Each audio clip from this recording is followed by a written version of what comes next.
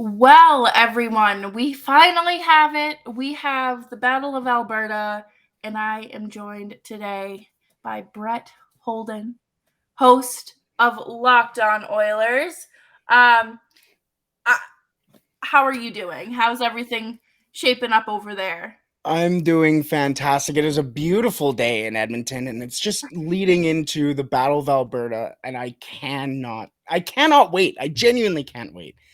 I'm excited, and I mean, you're local, so it's going to be even more exciting for you. Are you planning on going to any of the games? I'm planning on going to the Game 2 watch party for sure. A Okay. couple of friends and I are going out there, but with especially with a quick turnaround for Locked On, I'm going to be on here and just making sure that we got content for the next day. I'm excited. Honestly, that's what it's all about here. So a few things that I noticed from round one was, of course, Leon Draisaitl. What what is going on there? There was just a tweet put out saying that he's playing tomorrow. So what does that mean? What does that mean for the Oilers? That's a great question. Honestly, even when a lot of people, or even when Leon Draisaitl was saying that he was going to play in Game 7, a lot of people were like, "Oh, how healthy is he going to be?" And the first thing that people noticed was he didn't really have that stride in Game 7 that Leon Draisaitl has. He has a low, powerful stride that really comes from that lower body, and he just didn't have that. So he said today, and Jay Woodcroft said, actually, excuse me, yesterday, that everybody who didn't skate in practice, which included Leon Draisaitl, will be available for the game. I really think that Leon Draisaitl, as long as he took these few days off between Game 7 and Game 1 of this series and really took advantage of taking care of his body, he's a gamer, man. And I really think that he's going to be Leon Draisaitl. Let's be real. Leon Draisaitl's Leon Draisaitl, and him playing for the Oilers at any point is a very, very, very big issue for anybody that they play. Yeah. I'm I hope he's healthy Yeah, for himself, but I hope he's not healthy enough to play for my own absolutely. selfish reasons. But Yeah.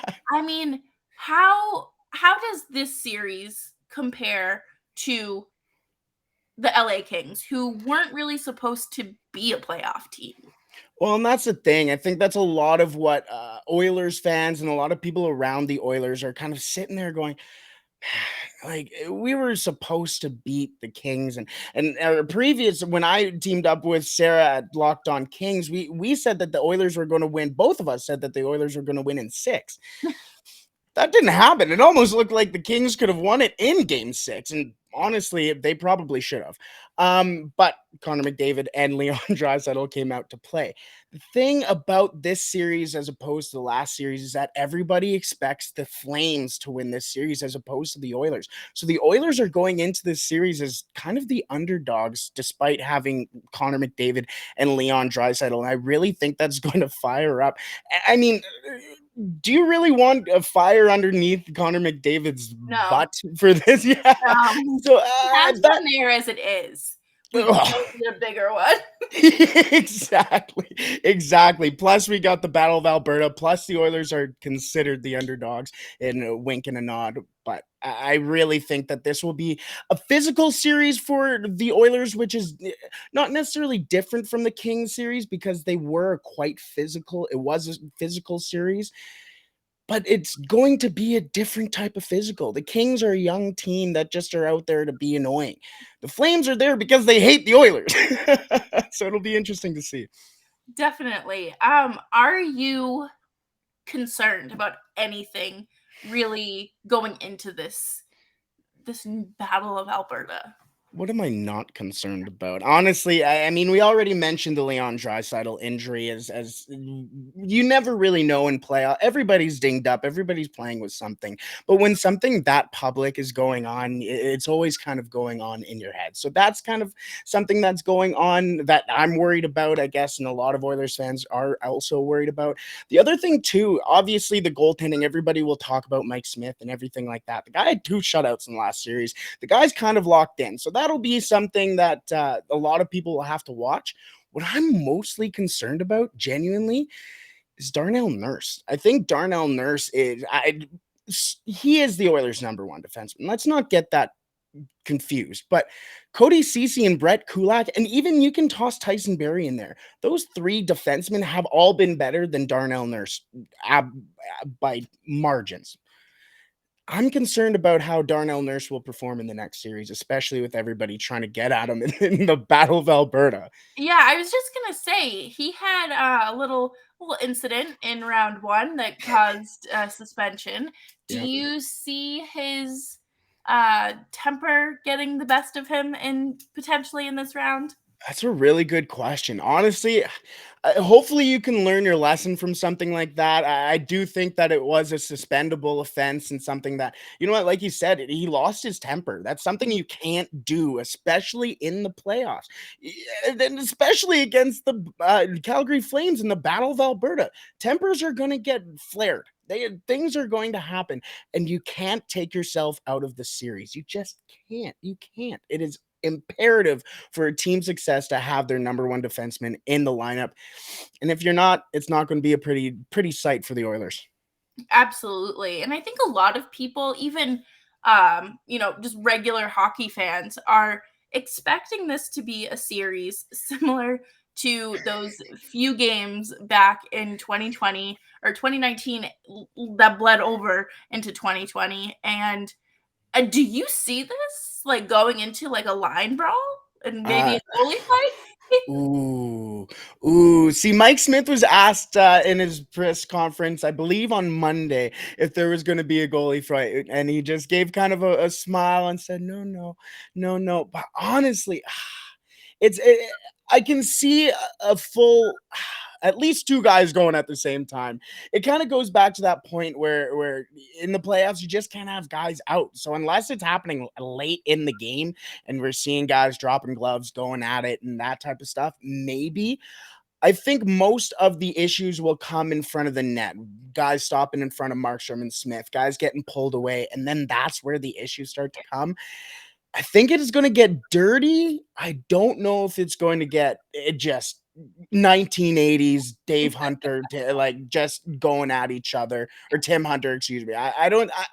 The Oilers and the Flames don't have that necessarily anymore. I mean, the Flames have Lucic and Zadorov, and Brett Ritchie's still there, if I'm not mistaken, as Yeah, well. he So, is. like, there's a ton of big guys and mean guys on the Flames, but there's just other than Zach Cassian, there isn't really much for the Oilers to match that with, unless you're willing to take Darnell Nurse off the ice for 5 minutes, which the Oilers aren't really necessarily willing to do so. Yeah, that's for sure. And I think hopefully the Flames have learned after their game one uh, incident where Yeah, Rasmus Anderson gets ejected from the game, and he's just it's like you said, there's a learning curve, and I think but round one is that absolutely. perfect example. But the interesting thing between the Flames and the Stars series was that is a series. I mean, there's some history between the Flames and the Stars, but there's not necessarily the Battle of Alberta type history. You know, Right. in at the start of almost every game between the Stars and the Flames, there was something going on.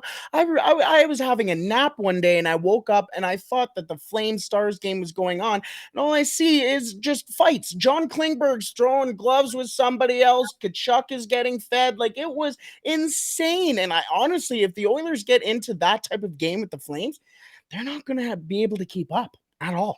At Yeah. all. At all. But I have to be honest with you, those are a lot of questions that really make my mind really kind of go. And I'm really concerned about where the Oilers are going to go. But I'm more interested as well to see where the Flames are going to go. And I do have some questions for you in just a second. But first, I want to tell you about Rock Auto. This episode is brought to you by Rock Auto. With the ever increasing numbers of makes and models, it is now impossible for your local chain auto parts store to stock all the parts you need. Why endure often pointless or seemingly intimidating questioning like, is your Odyssey an LX or an EX? And wait while the person behind the counter on their computer, orders the parts only on in their warehouse, excuse me, and the only parts that their warehouse happens to carry. You have computers with access to rockauto.com at home and in your pocket. Why choose to spend 30%, 50%, or even 100% more for the same parts from a chainsaw or a car dealership? In that exact same Odyssey LX or Odyssey fuel pump, at the normal chain stores, they normally go for $353. On Rock Auto, they go for $216. Save time and money while using Rock Auto. Plus, Rock Auto has been serving do-it-yourselfers for over 20 years and their family business. Head over to rockauto.com right now and see all the parts they have available for your car or truck, and write locked on in there. How did you hear about us section? And let them know that we sent you. Amazing selection, reliably low prices, all the parts your car will ever need. rockauto.com. That is where we are going to start the next section here, because I do have a lot of questions about the Flames. Obviously, there's a lot of questions surrounding the Oilers. There, there's some creeping in for the Flames, it seems like. With the Flames in the Stars series, a lot of this, it was almost always a 1 or 2 goal decision or 1 or 2 goal game. Each game finished 1-0, 2-0, 4-2, 4-1, 3-1, 4-2, and obviously that overtime winner by Johnny Gaudreau in game 7 to make it a 3-2 victory for the Flames. Jess, I'm curious if the Flames get in a little bit of a track meet with the Oilers and a little bit of a shootout with the Oilers. Are the Flames concerned? They do have, like, Connor McDavid and Leon Draisaitl are on the other side. Is there something to be concerned about? Yes. Yeah, There's always things to be concerned about when fair. we play those 2. But I think that, um, mainly the Flames need to worry about staying off the power play or the penalty Mhm. kill rather, because that is where I feel like most of the goals from McDavid came from against the Flames was the power play goals. And the last thing I want to see is obviously the Flames playing undisciplined hockey and allowing that to happen. Totally. And I mean, that also goes along with how we were talking about just the grittiness between the two teams. Uh, Something interesting that came up while I was looking at the series between the Flames and the Stars was Dylan Dubé leads the Flames in hits. He has 21 hits so far in the 7 games of the playoffs. That is the exact same as the Oilers' fourth best hitter, Connor McDavid. Or is there kind of a concern? Where are the big guys? Like, are the big guys not throwing hits? We know Zadorov was it had a hearing recently, but are they just not throwing hits, or is that kind of a meaningless stat? Do you think? I think it's hard to say. I think that the big guys that are on the fourth line have been really more focused on playing um just playing hockey and Yeah. not needing to throw those hits, but they're not afraid to when it comes to it. I think that Dylan Dubé has kind of come into his own this season and especially towards the playoffs, but I would really like to see, players like Brett Ritchie and Milan Lucic, who are on the ice for that reason, to Yeah. start getting into it. Well, and honestly, as an Oilers fan, there were rumors that the Oilers were trying to get in the offseason Nikita Zadorov, and a trade kind of similar to that Ethan Bear trade that we saw that brought Warren Fogle over to the Oilers. But as an Oilers host, as an Oilers fan, I think a lot of people are seeing Nikita Zadorov. They're like, man, it's a scary human being. How important is Nikita Zadorov for the Flames? You know, I was very hard on him this season. Uh, Really? yeah, there were definitely some moments where he was not performing well, to be honest. He was really struggling defensively, but he's turned it around. I think that he has had this ability to just again find his game in Daryl Sutter's system, and he's been really good. And I think that it is important. He did have that awkward collision in Game 7 into the net, but Flames fans, they were worried. They Yeah. were worried. Well, And he didn't end up missing a shift, so he was fine. But that brings me to another point. I think are the Flames blue line at all beaten up? I mean, we saw Oliver Shillington moving his shoulder around a bunch. Oliver Shillington, I am a big fan of Oliver Shillington.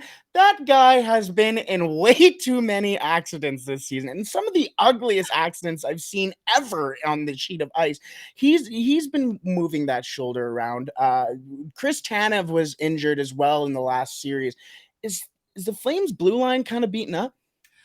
yeah, Yeah. I would say yes. Oliver Shillington, like you said, has taken so many weird accidental slides and hits to the board. He had a really scary collision.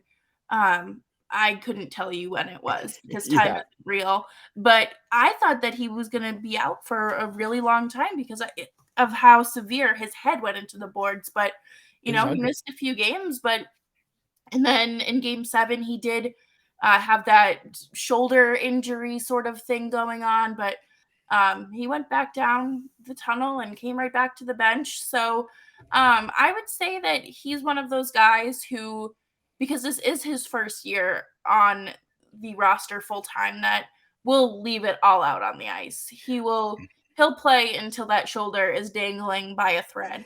And same thing with Chris Tanev. He was injured in game 6. They were without him in game 7. He was at practice today. So that's a positive sign. But I do I do worry because he is known for his injuries and I don't Hmm. necessarily want him to risk it all.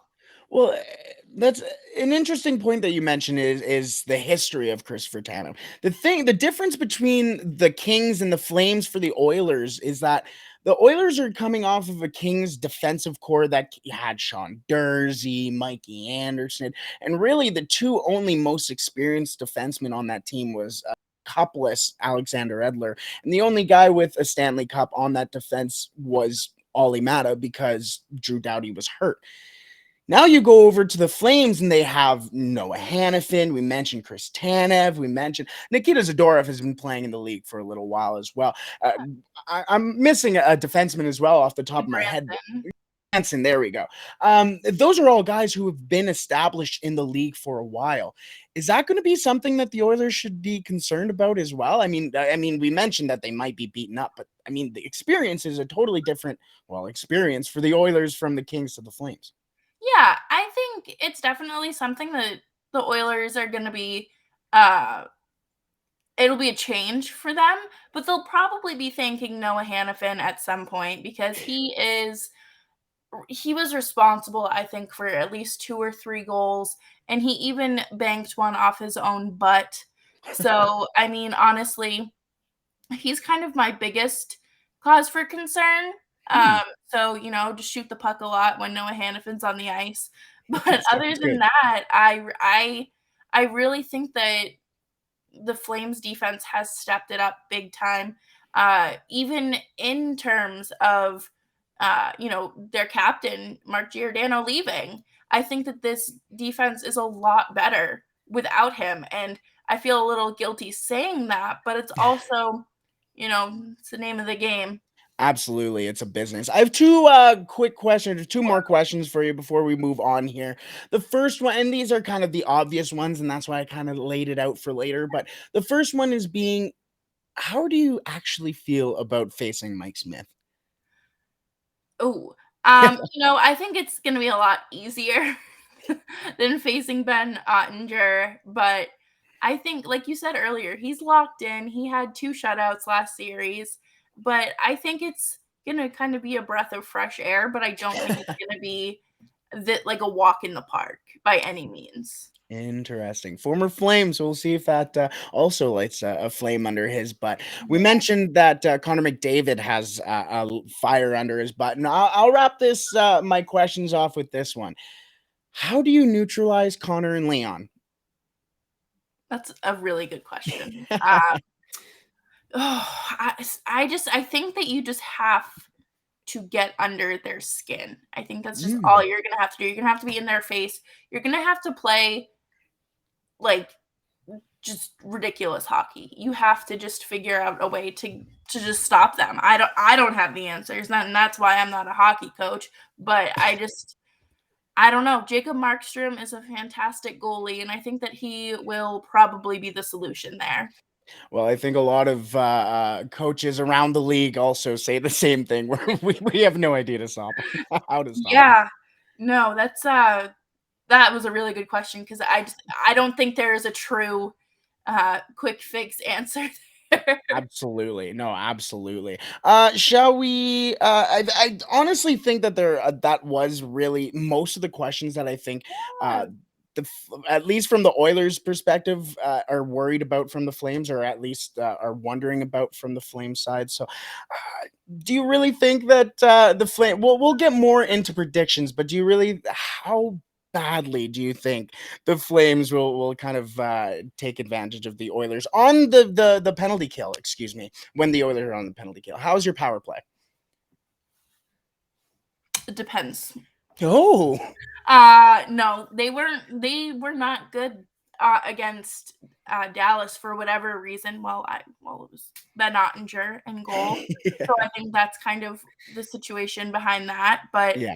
I think again the circumstances are going to be different. I think that this will be, um, you're not playing a brick wall.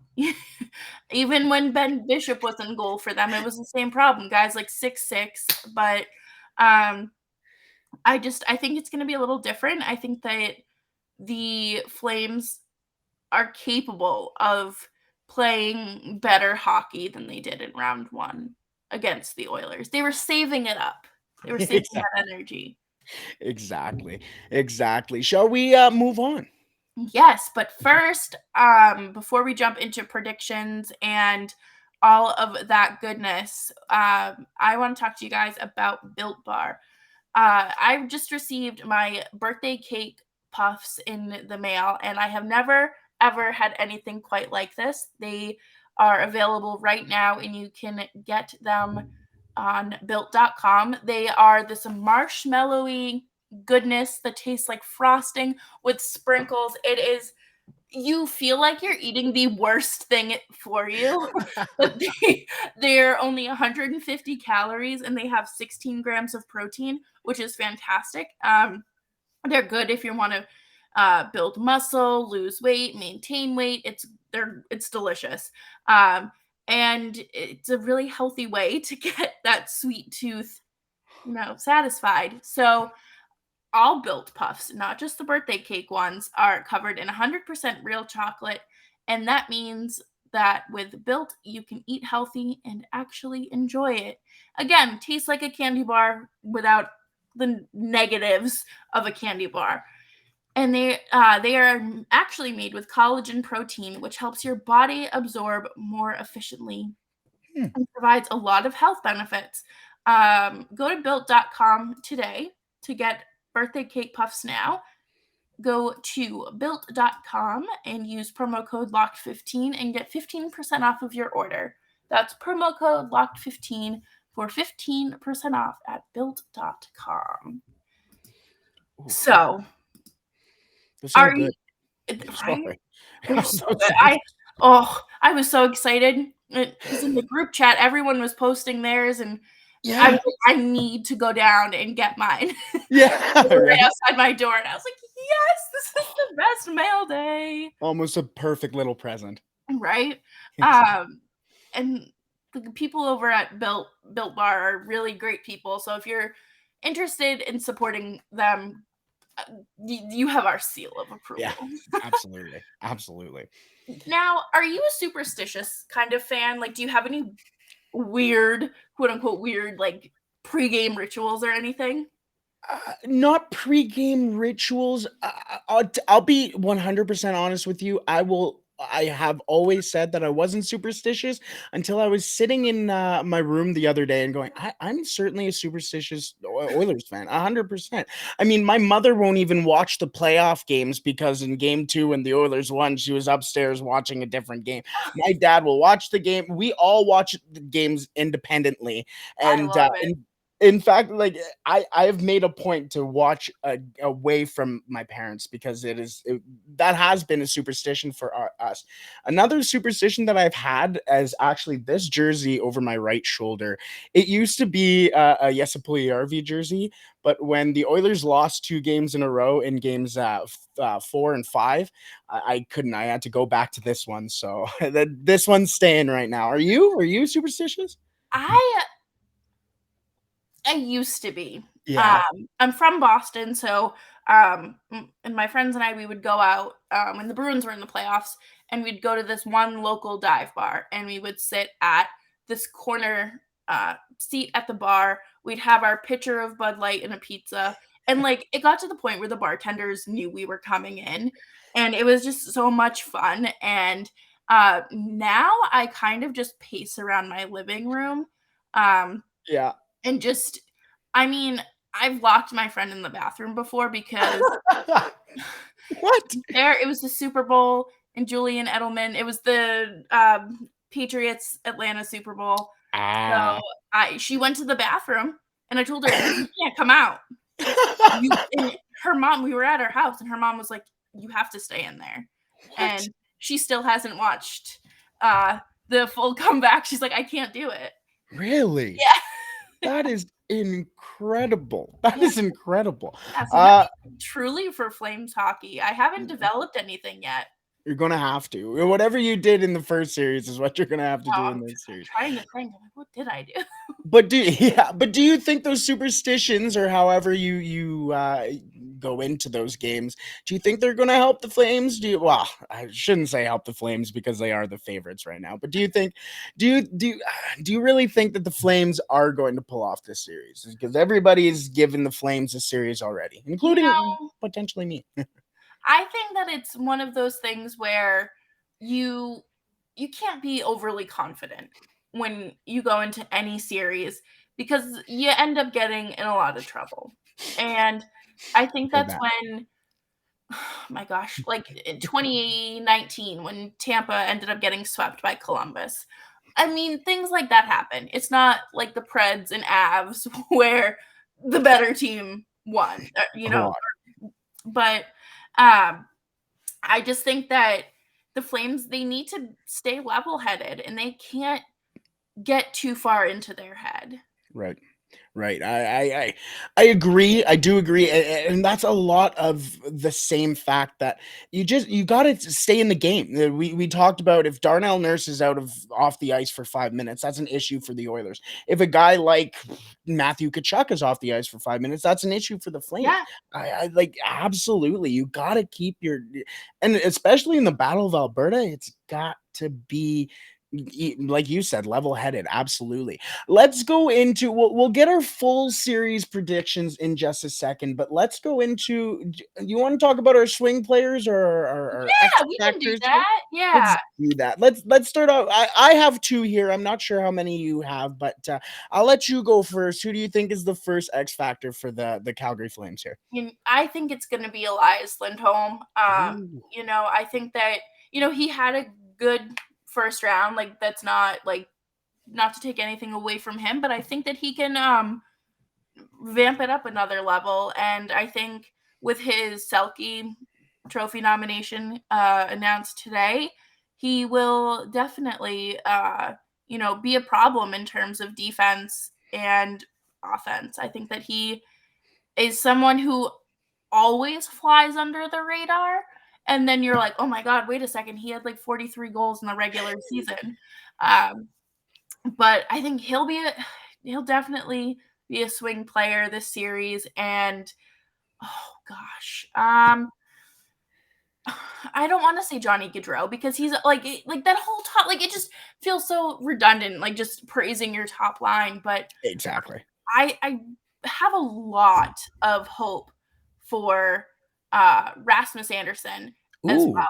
I think that he is a fantastic defenseman. I think that one thing about him is that he will shoot the puck as well. I think he learned a lot from Mark Giordano and has really been able to take the next steps with Noah Hannafin as his partner. And I think it's great. I think it's a lot of great stuff there. Well, the interesting thing about both of those guys is that Elias Lindholm is an Oilers killer, it feels like. And every single time the Oilers have played against the Flames, I just remember getting angry texts from my friends going, "Get this Rasmus Anderson guy off the ice, he's a goon!" And just it doesn't matter. Rasmus Anderson is into everything. He can shoot the puck, he can be great on the transition. I really, you know what? Underrated Colin Rasmus Anderson. I hate him. I hate to I love don't it. blame you. If I had to play against him, I'd hate him too. Exactly, right? I love to hate him. I think that's the right way, Yeah. way to put it. Well, at least for on the Oilers side of things, I have two names that are a little bit more. They're not Connor McDavid and Leon Draisaitl. Let's just That's fair. put that out of the way. They're actually the first one that I'm going to mention is a defenseman who had 1 goal and 5 assists in the first series, excuse me. And a guy that once the Oilers signed him in the offseason, everybody was going, "What are you doing? This guy sucked in Toronto. This guy sucked in Ottawa." Is it Then when Cody Ceci? Bingo, it's Cody Ceci. It is exactly Cody Ceci. Cody Ceci, I remember when the Oilers signed him, the Pens fans were going, "Please take care of him. Please take Yeah. care of him." And then all the Leafs fans are going, "Oh, of course the Oilers would sign him. He's an idiot." The guy has been the best, most consistent, and I said this about Brett Kulak the other day as well on one of my episodes, but Cody Ceci is right there with Brett Kulak in just being the most constant defenseman for the Oilers. He forces issues in the defensive zone, and somehow this guy can get on the score sheet. It doesn't matter how, but in one game he had 3 assists. Like, excuse That me? I think once these bad, quote unquote, bad players leave Toronto, they reach this new level of player development Oh, that yeah. I'm very happy for them. But Absolutely. and especially it's so funny to me watching Cody Ceci go from this guy who would fall apart in the postseason Yeah. against Boston, almost always, just crumbling, becoming this invisible player out there, turn into what he's turned into. The Oilers probably premier defenseman next to Darnell Nurse. It is crazy to think that he was paired with Duncan Keith because people are just like, "Yeah, whatever, throw him there, it's fine." Now he's the number 1 pairing for the Oilers, and he has been fantastic. I really think he's been a great bright spot for the Oilers and really solidifies that defense that a lot of people just didn't like for the Oilers for a long time. My other X factor or swing player for the Oilers has been somebody we already mentioned. It's Mike Smith. Mike Smith, again, 2 shutouts in the last series against the LA Kings in a very high scoring series. But when you take a look at the games that the Oilers won, they were sound defensively. And again, that starts with Cody Ceci, but it also ends with Mike Smith, and him preventing the puck from going into the net is going to be massive. The interesting stat for Mike Smith that really kind of put him over the edge for me is his save percentage. He is second in the playoffs between all the goalies who have played in save percentage. Number 1 was Jacob Markstrom. So might be in a little bit of a quiet series, more of a quiet series than we imagine here. I can't do another quiet series. It was frustrating. It was brutal. I Yeah. can't even lie because you're just that the Flames have these strong offensive players, and then to watch them just score 2 goals Yeah. in 60 minutes, you're just like, this is not what we wanted. Well, and plus there was a lot of questions going, can Johnny Hockey do it 5 on 5? Well, look what he did in game 7, 5 on 5. Yeah, he's he has buried these, oh, he can't perform in the postseason Yeah. narratives. I don't care, even if it's just one round. I think that this was really, really great for him. Totally. All right, let's round this episode out here with our predictions. Jess, how many games does it take for the Flames to win this series? 7. 7, really? I think it's gonna be a long haul. Interesting, Yes. interesting. I What do think you you have more confidence than I do. Honestly, I'll be 100% real with you. I think going into this series, you know what? And it might honestly be just the 9 to 5 game. I think the 9 to 5 game has been in my head for a long time, and I can't shake it. And I think a lot of Oilers fans can't, and it will be very, very, very interesting to see if the Oilers have shaken that as well. Because I mean, if the Oilers come out there and they get scored on first, and the Flames go out there and score the second, if the Oilers get down honestly by 2 goals in any of the games, I think it's going to be a massive issue for the Oilers, and I could see the Flames doing that. In the last series for the Oilers, whichever team scored first, they won that game. So the first goal will be massive, and if the Oilers fall to the Flames early, I think it's done. I will say, I can hear my father yelling at me right now. I'll go Flames in 6. I'll do it. I'll do it. Wow. Wow. I'm swallowing my pride here. I'm so sorry, oil country. I can hear you right now. I think there's already banging on my windows calling for my head, Wait but until this goes live. Oh my goodness. yeah, Crazy. yeah. I'm sorry, but yeah, we'll wrap it up there. Thank you so much, Jess, for Yes. jumping along. This is going to be fun. This has been so much fun. Thank you so much for hanging out and getting into this crazy, long awaited Battle of Alberta. Where can people find you and your show? Absolutely. You can find me personally at the Real Holden 40, but you don't have to worry about me. You can find the Locked On podcast, Locked On Oilers podcast, anywhere you find your podcast. You can also find us on YouTube as well at Locked On Oilers. You can also send us a follow on Twitter at Locked On Oilers. Everything's Locked On Oilers. Thank you so much for having me along. And Jess, how about you? You can follow me on Twitter at Jess Belmosto if you want. It's usually just pictures of my cat and then immediate impulsive hockey reactions. And then you can find the show wherever you listen to your other favorite podcasts, as well as YouTube. And the show's Twitter is LO_FlamesPod. Ooh, wonderful. Thank you so much, everybody, for tuning in to today's episode. And thank you so much for making us your first listen every day. We're going to have a wonderful, wonderful series, whether it goes one way or the other. Jess, I'm excited. Let's have a great one. Yes, let's do this. And maybe we can get a mid-series review, check-in at some point, because I know the people want it. Absolutely. All right, everyone. We will see you tomorrow. Oh, might help if I press the button.